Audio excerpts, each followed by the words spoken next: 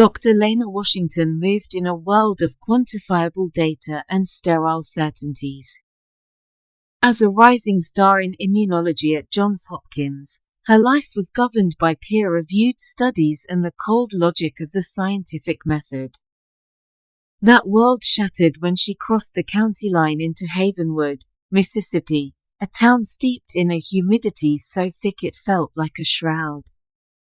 She had returned for the funeral of her grandfather, Silas, a man she barely knew, a man her scientific mind had dismissed as a root doctor, a purveyor of folk remedies and superstition. Havenwood was an island, cut off from the world by miles of cypress swamp and sugarcane fields. The town itself was unnervingly pristine, its small houses neatly painted, its gardens perfectly manicured. At its center stood the source of its prosperity, the gleaming, white Halloway Clinic, a state-of-the-art research facility that seemed entirely out of place. It was run by Dr. Alistair Finch, a man spoken of in hushed, reverent tones by the townspeople. Lena's grandfather's house was the only place that seemed to resist the town's sterile perfection. It was a cluttered cabin on the edge of the swamp, filled with the pungent, earthy scent of dried herbs, strange tinctures in glass jars, and books on botany so old they were crumbling to dust. Her plan was simple: arrange the sale of the property and get back to her real life in Baltimore as quickly as possible. It was while clearing out his desk that she found it, a thick, leather-bound ledger. It wasn't a diary. It was a catalogue. Each page detailed a local plant, drawn with meticulous anatomical precision. Next to each drawing were notes in her grandfather's cryptic shorthand, along with the names of local residents and a series of dates. She was about to dismiss it as folk nonsense when a familiar name caught her eye: Ilara Baptiste Inathera Biennis Blood Spoil, Night Tremors. Miss Ilara was her grandfather's oldest friend.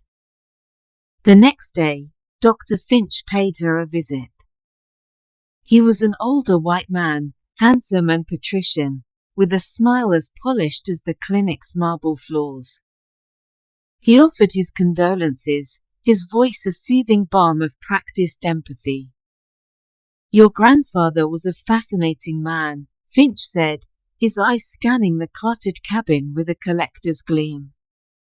"A keeper of local traditions. In fact, the clinic would be honored to acquire his home and his research. We want to preserve his legacy, of course." Lena felt a prickle of unease. His research was just herbal remedies, Dr. Finch.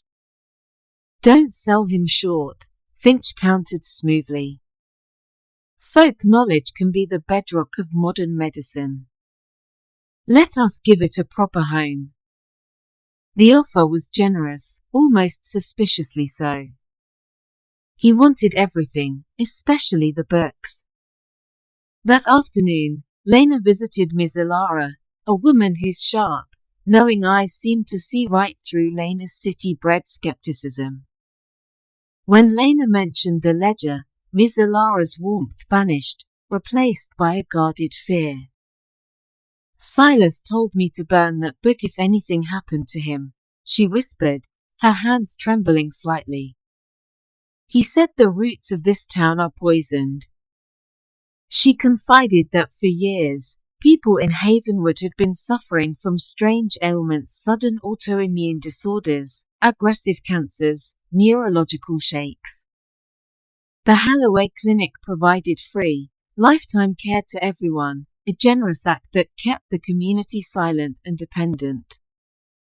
Miss Ilara's own son was a patient. That night, armed with a new, terrifying suspicion, Lena dove into the ledger. Her medical training allowed her to see what she'd missed. Inathera biennis was evening primrose, used in folk medicine to treat nerve pain. Blood spoil and night tremors weren't folk terms, they were chillingly accurate descriptions of hematological toxicity and nocturnal seizures, known side effects of a highly experimental class of immunosuppressants. Her grandfather wasn't just documenting remedies. He was cataloguing the symptoms of the townspeople and attempting to treat the side effects of a secret, decades-long drug trial. The Halloway Clinic wasn't a hospital, it was a human laboratory. A floorboard creaked outside. Lena froze, peering through the window to see two large men in the clinic's security uniforms circling the cabin. They weren't guarding, they were watching. Hunting. She grabbed the ledger, her heart hammering against her ribs. She was no longer just settling an estate, she had stumbled into the middle of a monstrous conspiracy. Her grandfather hadn't died of natural causes. He had been silenced. And now, they knew she had his book. The night passed in a state of hypervigilant terror. Every gust of wind sounded like a footstep, every hoot of an owl like a signal.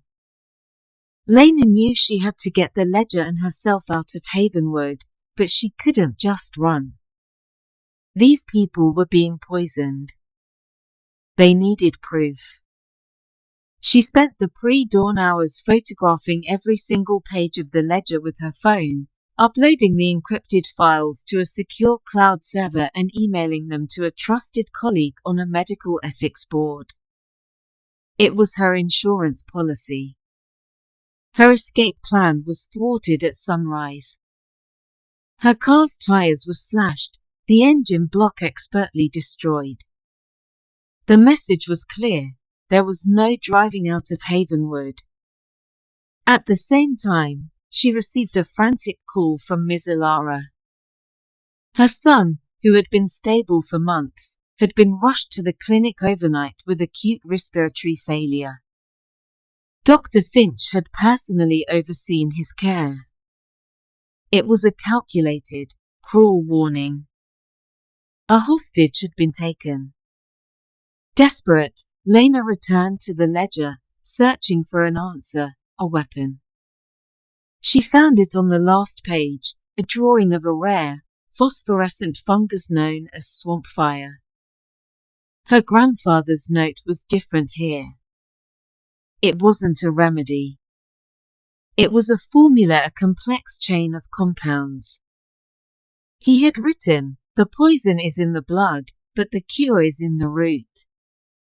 Halloway's cure masks, but nature's cure cleanses. She realized with a jolt of adrenaline that her grandfather had been creating a neutralizing agent, an antidote. The final component he needed was the swamp fire fungus, which, according to his notes, only grew in the sunken cypress groves in the deepest, most dangerous part of the swamp. She knew it was a trap. They had disabled her car to force her hand, to make her predictable. They would expect her to go for the fungus. But she was a scientist. She understood catalysis, chain reactions. She spent the afternoon in her grandfather's shed, not just preparing to find the fungus, but preparing for the confrontation she knew was coming. As dusk bled across the sky, she slipped out the back of the cabin and into the swamp. The air grew cold, thick with the smell of decay and wet earth. Strange, nocturnal creatures skittered in the periphery. Using her grandfather's hand-drawn map, she navigated the treacherous terrain, mud sucking at her boots. She found the sunken grove, a cathedral of ancient cypress trees shrouded in eerie mist. There, clinging to a rotting log, was the fungus, glowing with a faint, ethereal blue light. As her fingers brushed against it, a voice cut through the silence. "I knew you'd be smart enough to figure it out, Doctor." Dr. Finch stepped out from behind a tree, no longer the charming town benefactor but a predator in his natural element. One of his security thugs stood behind him, holding a high-powered rifle. "My grandfather's work," Finch said, his voice laced with academic arrogance. So close to a breakthrough. He was a brilliant amateur, but he refused to see the bigger picture. "The data we've gathered here will save millions of lives one day. This town's sacrifice is for the greater good." "It's not sacrifice, it's slaughter," Lena shot back, her voice shaking but firm. "You're a monster." "I am a pioneer," he corrected her. "Now, give me the book and the sample. We will continue your grandfather's work on the antidote. Under proper supervision, of course." He took a step forward. Lena stood her ground. "You know, my grandfather didn't just study botany," she said, her hand reaching into her satchel. "He studied the whole ecosystem, including the pollen of the mucuna pruriens." Finch frowned, confused. Before he could react, Lena crushed a small, prepared pouch in her hand and threw its contents into the air. A fine, almost invisible cloud of powder drifted towards Finch and his man. Mucuna pruriens, or velvet bean, is covered in spicules that contain a powerful proteolytic enzyme. It causes an immediate, unbearable, maddening itch upon contact with skin. Both men screamed, dropping their weapons to claw frantically at their faces and hands. The distraction was all Lena needed. She bolted, not back the way she came, but deeper into the swamp, towards a pre-planned exit point. She could hear them crashing through the undergrowth behind her, their curses echoing through the trees. She burst out of the swamp onto an old service road, right as the flashing lights of state police cruisers appeared in the distance, a beautiful, impossible sight. Her colleague had received her email and, when Lena didn't respond to a follow-up call, had immediately alerted the authorities. The aftermath was a whirlwind. The Halloway Clinic was stormed by federal agents. Dr. Finch was captured, still raving, at the edge of the swamp. The data, the conspiracy, the decades of unethical human experimentation, it all came to light. Lena didn't return to Baltimore. She stayed in Havenwood. The town, betrayed and broken, needed a healer, not another scientist seeking data. She reopened her grandfather's cabin, not as a root doctor's shack, but as the new Havenwood Community Health Center. She combined her grandfather's profound knowledge of local botany with her own medical expertise, working tirelessly to undo the damage Finch had wrought. She was finally continuing her grandfather's legacy, not by preserving his research in a sterile archive, but by using his wisdom to give his people back their future.